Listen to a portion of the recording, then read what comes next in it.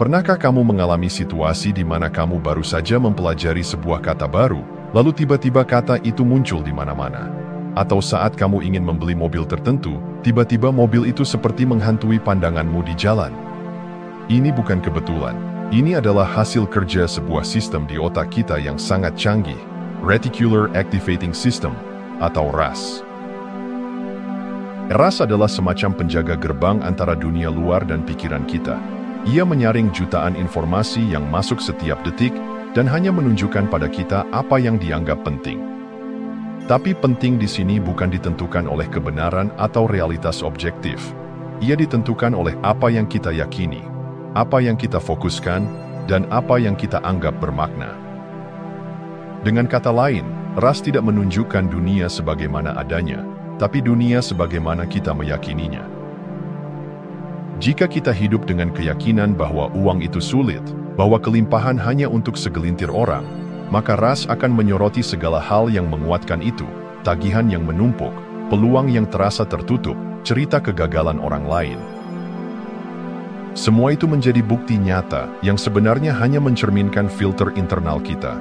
Dan semakin kita melihatnya, semakin kuat keyakinan itu terbentuk. Kita masuk ke dalam lingkaran tertutup di mana realitas hanya mengulang keyakinan lama yang kita bawa. Namun kabar baiknya, RAS bisa diprogram ulang. Ia bukan sistem yang kaku, ia mendengarkan fokus kita. Maka, ketika kita mulai mengarahkan perhatian pada kelimpahan, pada kemungkinan baru, pada hal-hal kecil yang sudah baik dalam hidup kita, perlahan sistem ini mulai berubah. Ia mulai menyoroti peluang, menunjukkan jalan, dan mempertemukan kita dengan orang-orang atau ide-ide yang dulu terasa tidak mungkin. Ini bukan sihir, ini adalah biologi.